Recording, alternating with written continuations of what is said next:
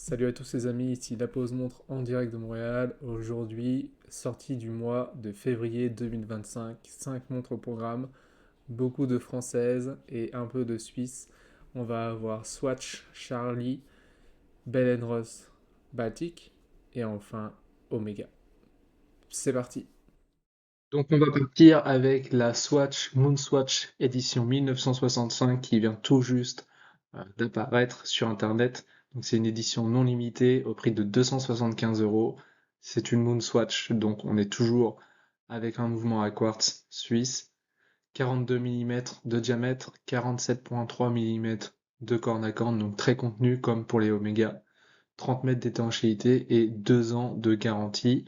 Je note qu'elle vient avec une petite boîte, je trouve assez sympathique, qui va rappeler certaines boîtes des Speedmaster de Omega. On a Omega qui va être en relief sur le cadran, donc la lettre Omega est en relief, ça j'aime vraiment bien. Je sais que sur ma Moonswatch que je regarde actuellement, bah, ce n'est pas le cas, donc ça donne un petit truc en plus qui est sympa. Le 1965 fait référence à l'année où la NASA a accepté Omega en termes bah, pour leur montre sur leur programme spatial. Et on y retrouve cette mention-là dans les sous-compteurs de cette Moonswatch. Donc sur le compteur à gauche, on a le 19, sur le compteur à droite, on a le 65, et le compteur en bas à l'année 60 pour les 60 ans. Je vais noter aussi que du coup, cette année 65 a été aussi marquant dans l'histoire de Omega et ça aurait pu ne pas l'être. Longines et Rolex avaient aussi proposé leur montre. Longines avec une Witthauser et Rolex avec son modèle 6238. Swatch a d'ailleurs fait je trouve un truc sympa, c'est qu'il a donné aussi les versions en biocéramique de la Longines que vous avez à gauche et de la Rolex que vous avez à droite, avec bah, la Omega qui a été choisie au milieu.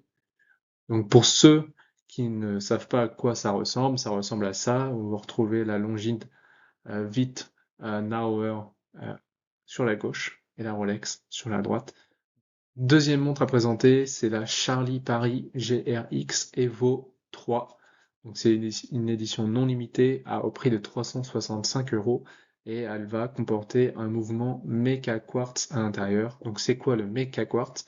C'est un mouvement qui va tourner normalement au quartz, mais dès qu'on va activer le chronomètre, on va avoir un mouvement un peu mécanique qui va s'activer. Donc on ne va pas avoir ce tic-tac au niveau du chronographe, mais quelque chose d'un peu plus fluide. Donc je trouve que ça allie les deux meilleurs mondes parce que c'est aussi des mouvements qui vont être moins onéreux. Donc le boîtier qui fait 39 mm est en PVD noir sablé brossé, 45 mm de corne à corne. J'ai l'impression que ça devient de plus en plus une tendance au corne à corne beaucoup plus restreint, même si on est sur un 39 mm. 100 mètres d'étanchéité, 2 ans. Et moi, ce que j'aime dans cette montre-là, c'est que il y a pas mal de petites couleurs qui s'associent bien dans les sous-compteurs. Un peu un liseré jaune vers le orange et bleu clair vers le bleu nuit. La date qui est présente, ça j'aime bien aussi. Et, et Charlie montre aussi que bah, cette montre-là peut s'adapter à n'importe quel bracelet. Elle peut venir avec un bracelet silicone orange ou un bracelet nylon blanc. Deuxième montre française de cette sortie du mois, c'est la Baltic Hermetic Dual Time, édition Enduropal. Donc l'édition Enduropal, c'est une édition à 200 pièces qui vient à 720 euros ou 798 euros. Je ne pense pas que du coup c'est un prix différent de la hermétique dite basique. Donc 798, c'est avec le bracelet grain de brie que bah, je porte sur ma hermétique. Je trouve que la hermétique, c'est une très très belle montre. Je vous la conseille de l'essayer avant de l'acheter, mais c'est une très belle montre pour l'été qui sent bien au Québec, mais on a encore moins 7 degrés. Bon, bref, ça annonce moins 20, je crois, la semaine prochaine. Ça sent bien, mais ça prend son temps. À l'intérieur, on a un Miyota 90 39, 42 heures de réserve de marche, 37 mm, 46 mm de corne à corne, donc c'est des choses qui ne changent pas. 150 mètres d'étanchéité et 2 ans de garantie. Moi, je note aussi des petits trucs en plus, c'est que Baltic aime sponsoriser plusieurs événements, souvent sportifs, l'Enduropal, le Tour Auto, et je trouve que c'est un moyen pour Baltic de s'affirmer et passer de micro-marque à vraie marque, et je trouve que c'est un bon moyen pour eux d'en faire parler et de faire potentiellement des éditions limitées. Moi, par contre, au niveau des éditions limitées de Baltic, j'ai un problème, c'est que, comme vous le savez peut-être, j'adore Baltic, mais j'ai un problème avec cette édition limitée, que j'en ai jamais fait part sur la chaîne.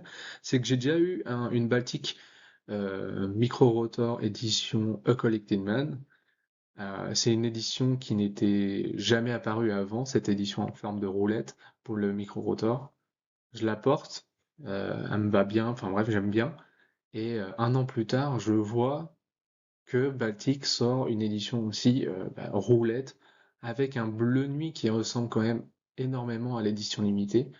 Je trouve que c'est pas quelque chose de très recommandable de faire ça. Why not, qui peuvent faire une édition limitée qui devient une édition permanente, mais le fait que un bleu ressemble étrangement quand même au bleu de l'édition limitée, ça, je trouvais ça un peu limite. Pareil pour cette Enduropal là. Pourquoi? Bah en fait j'avais cette Baltic 5e anniversaire sur la gauche comme vous voyez, que j'ai revendu à quelqu'un qui est sur Instagram qui s'appelle Vincent Abad Santos. Et je me rappelle très bien que pour cette 5e anniversaire que j'avais acheté en mai 2022, qu'ils avaient mentionné que ces bracelets-là en silicone, donc elle venait avec un silicone un peu vert années 80s et un bracelet violet, n'allait jamais ressortir. Or, on voit que ce vert et ce violet revient quand même expressément dans cette édition Enduropal, comme vous le voyez sur la droite. Et en plus, on a le même bracelet silicone vert sur cette édition Enduropal. Ce qui me fait dire que les éditions limitées de Baltic, au final, est-ce que je vais être preneur dans le futur? Je pense pas parce que j'ai l'impression qu'ils vont recycler des idées qu'ils ont eues avant sur des nouvelles montres, qui fait que du coup ça gâche un peu la saveur de la première édition limitée. Dites-moi en commentaire si certains font partie des gens qui ont acheté une des 200 pièces. Je sais que c'est une montre qui est déjà sold out, donc bravo à eux. Mais ouais, je trouve que les éditions limitées de Baltic, j'y réfléchirai 2 fois maintenant avant d'acheter. La quatrième montre déjà, c'est ma préférée de la sélection. C'est une Bell Ross BR03 Astro. Donc on revient dans le domaine spatial avec on a commencé avec la Moonswatch. C'est une édition limitée 999 pièces, donc pas 1000, 999. Bon, il doit y avoir un prototype parmi qui traîne, donc on doit être à 1000 pièces. 4 990 € prix TTC, basé sur leur mouvement BR calibre 327, qui est en fait une évolution du Celita SW300 élaboré, 54 heures de réserve de marche, 41 mm pour ce boîtier en forme carré, boîtier d'ailleurs en céramique. Le corne à corne n'est pas mentionné, mais je pense pas que ça va dépasser les 46-47 mm. 100 mètres d'étanchéité et une garantie de 2 ans. De plus en plus, on a une garantie un peu plus élevée maintenant en horlogerie, mais Bell Ross a gardé 2 ans, je crois. C'est une montre, franchement, que j'adore. Regardez-moi ça. Je trouve aussi la pub associée à cette montre est fantastique. Donc, on a on a la Lune, Mars et un satellite pour donner l'heure. La Lune va indiquer les heures, Mars va indiquer les minutes, et le satellite va être la trotteuse des secondes apparemment. Et je sais pas, elle a un look d'enfer, je trouve. Et on a du coup aussi un ciel étoilé euh, dans le cadran. Là, avec cette image-là, on dirait que on ne voit quasiment même pas la montre, donc c'est vraiment une belle pub aussi pour eux. Le verre saphir aussi est creusé de l'intérieur pour donner un peu de relief à la Terre qui est au centre. Et enfin, la dernière montre que je voulais vous parler, c'est la Omega Seamaster Diver 300 or bronze. Alors, Je vous invite à regarder une vidéo qui a malheureusement pas très bien marché, pourtant c'est une vidéo que je trouvais très intéressante.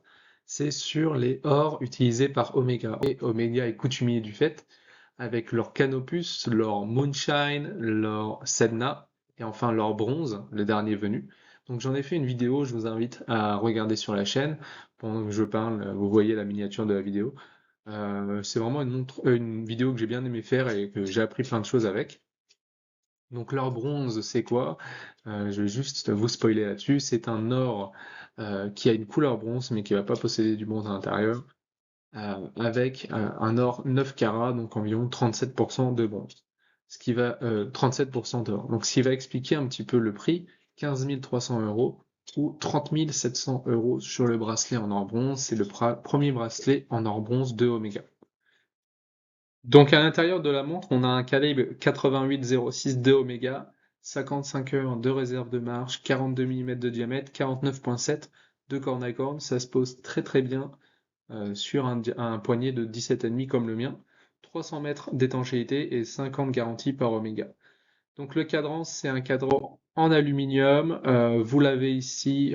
Bah, c'est un cadran qui vit avec pas mal de reflets à l'intérieur, qui peut aller du gris au noir profond comme sur ces photos-là, avec les deux bracelets disponibles en rubber ou en bracelet hors bronze. Du coup, Omega va appliquer le Master Chronometer à cette montre-là et d'ailleurs à toutes ces montres. Donc c'est une très belle édition, je trouve, avec ce burgundy qui s'associe très bien à la couleur de l'or bronze. Donc dites-moi en commentaire quelle était votre montre préférée. Comme vous l'avez compris, moi, la montre que je choisis, c'est la Bell Ross, je pense, suivie de la Moonswatch et ensuite cette Omega-là, si je me mets un petit peu à rêver. Donc c'était la pause montre. N'hésitez pas à vous abonner si vous en avez envie. Et ciao!